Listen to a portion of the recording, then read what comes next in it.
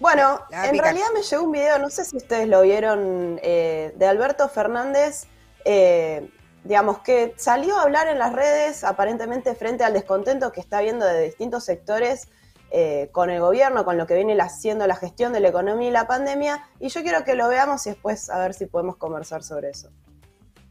Siempre me pregunto cuáles serían las convicciones que habrían movilizado a otros frente a una pandemia. Tal vez hubieran dejado que la pandemia circule, transcurra y se lleve la vida de los que se tuviera que llevar. Tal vez hubieran dejado a la salud simplemente como una secretaría, no se hubieran ocupado de abrir hospitales, de buscar camas, de buscar respiradores artificiales que ayudaran a la gente a sobrellevar el problema. Tal vez se hubieran circunscrito a esperar vacunas de algún país y no salieran como salimos nosotros a buscar vacunas para por todo el mundo para darle a todos los argentinos. Seguramente no se hubieran ocupado del IFE, seguramente no se hubieran ocupado de garantizar el trabajo formal a través de las ATP, seguramente no le hubieran dado créditos a las pequeñas y medianas empresas, pequeños y medianos comercios, para que pudieran sobrellevar este tiempo tan difícil. Bueno, ahí estaba hablando Alberto Fernández, que se preguntaba, como habrán escuchado bien, ¿qué hubiesen hecho otros en su lugar? O sea, más que nada para referirse, ¿no?, al macrismo, Cambiemos, si hubiesen estado en el gobierno frente a esta pandemia. ¿Qué hubiese pasado si hubiese estado Macri, ¿no?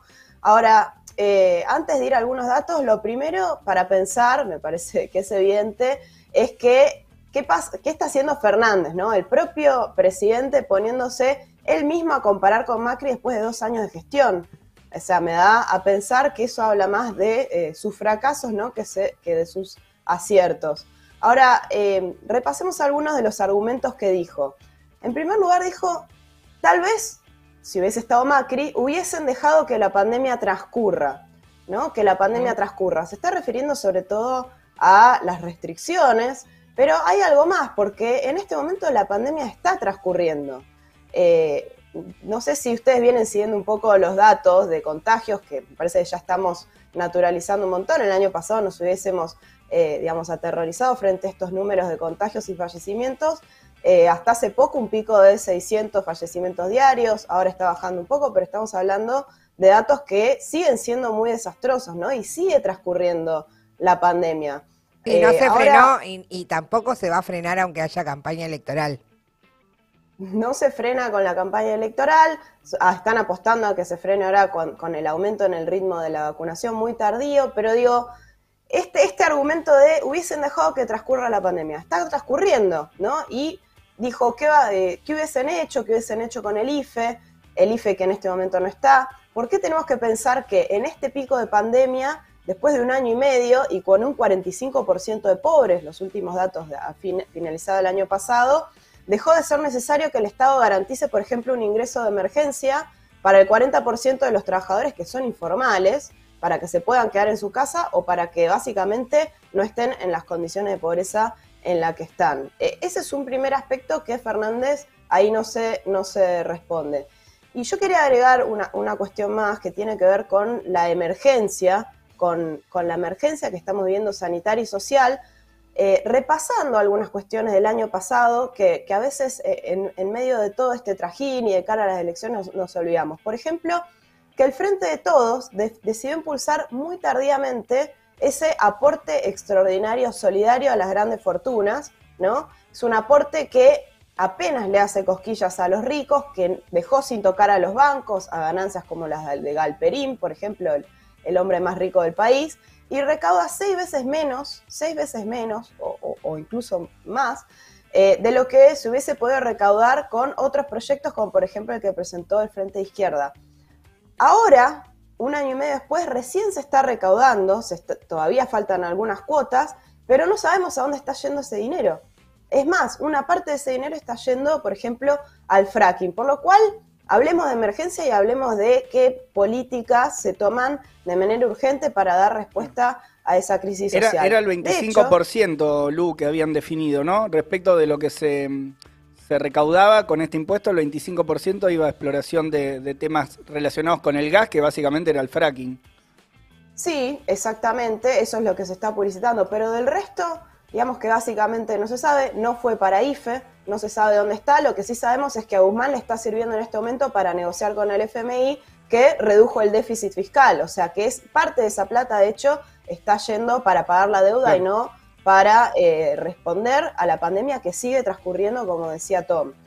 Después dio algunos, volviendo a esta idea de Fernández de qué hubiese pasado si estaba Macri frente a la pandemia, dio algunas medidas de tinte más sanitario, ¿no? Dice, hubiesen dejado que simplemente salud, o sea, el Ministerio de Salud sea una secretaría.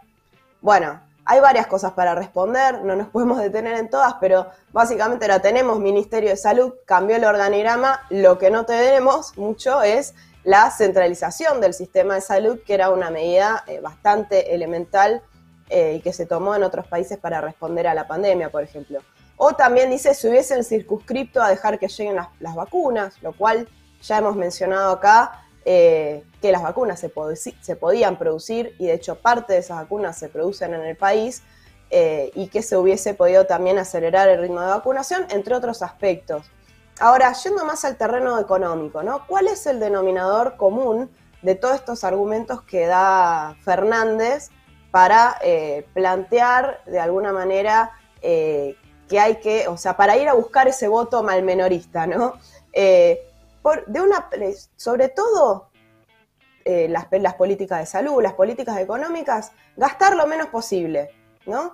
Ahí lo que vemos, y ya lo venimos charlando en otras columnas, es la cuestión del ajuste fiscal y de poner toda la economía en función de la renegociación de la deuda y no de la emergencia social. Y traigo esto ¿por qué? Porque este viernes, el 9 de julio, Día de la Independencia Nacional, Guzmán, el ministro de Economía, va a hacer el primer desembolso de interés de la deuda que reestructuró el año pasado con los fondos de inversión, con los fondos privados. Va a abonar 164 millones de dólares a los tenedores de bonos Global, Bonar y GE. 164 millones de dólares. ¿Es mucho? Sí, o sea, es mucho comparado con otros usos que se hubiesen podido tener en educación, en salud, en asistencia social localmente. Ahora es poco, 164 millones de dólares, es poco comparado con los pagos que van a venir. Porque si uno ve de acá al año siguiente, cada vez los pagos de intereses y de capital, solamente considerando los tenedores privados de deuda, van a ir creciendo y en el 2025 van a llegar a 8.000 millones de dólares y de ahí más todavía. Bueno, ahí ¿sí? la pregunta que se abre, Lu, tiene que ver con de dónde se sacaría toda esa cantidad de verdes, ¿no? O sea, hay un problema más estructural, si se quiere, respecto cuando se ponen estos números por delante y se empieza a ver cómo puede ser la factibilidad de que Argentina pueda pagar esos pagos, 8.000 millones de dólares en el marco de unas arcas. Está bien, ¿no? Cuestiones que hemos charlado, como por ejemplo la recaudación mayor con la soja y una serie de cuestiones. Pero no alcanza eso. Pero da la impresión de que no alcanza. Bueno, y hay que magnificar, digamos, poner en dimensión 8.000 millones de dólares o más, si seguimos 2026, 2027 es más, solamente a los privados. Si miramos un año bueno de saldo de comercio exterior como el año pasado, como el que estamos teniendo ahora, significa que 2 de cada 3 dólares que entren en forma neta de comercio exterior van a ir a pagar intereses y capital de deuda al sector privado. Y a eso hay que sumarle lo que se va a agregar ahora de la renegociación con el FMI y con el Club de París y otros organismos internacionales, ¿sí? O sea, estamos hablando de que básicamente casi todos los dólares que entren, que implica más reprimarización de la economía, más extractivismo y demás, van a ir a pagar deuda. No queda nada, es prácticamente impagable. Por eso está hablando de que en unos años otra vez el problema de la deuda va a estar más presente que ahora todavía. Y bueno, para ir cerrando un poco, me parece interesante este dato para volver a repensar esta gestión de Fernández, donde, por ejemplo, Cristina Fernández también hace poco salió a decir, no nos olvidemos que hubo pandemia, ¿no? Para tratar de bajarle un poco la nota a los resultados tan trágicos en materia de pobreza y de crisis social. Y obviamente hubo una pandemia, no hay que olvidarse de la pandemia, pero la pandemia no significa necesariamente mayor desigualdad y mayor pobreza. Lo que dejó en evidencia la pandemia tiene que ver más con opciones políticas, ¿no? De haber elegido a los bancos en lugar de a los jubilados, haber apostado a que se mantengan las ganancias versus los salarios, a el pago de la deuda versus la soberanía económica. Entonces, en lugar de qué hubiese pasado si estaba Macri, me parece que deberíamos preguntarnos qué hubiese pasado y qué pasaría si realmente se empezara por los últimos. Bien, invertir las preguntas también que se hizo el presidente, sería esa un poco la idea. Invertir las preguntas y las prioridades, claro. Ahí va. Tenemos noticias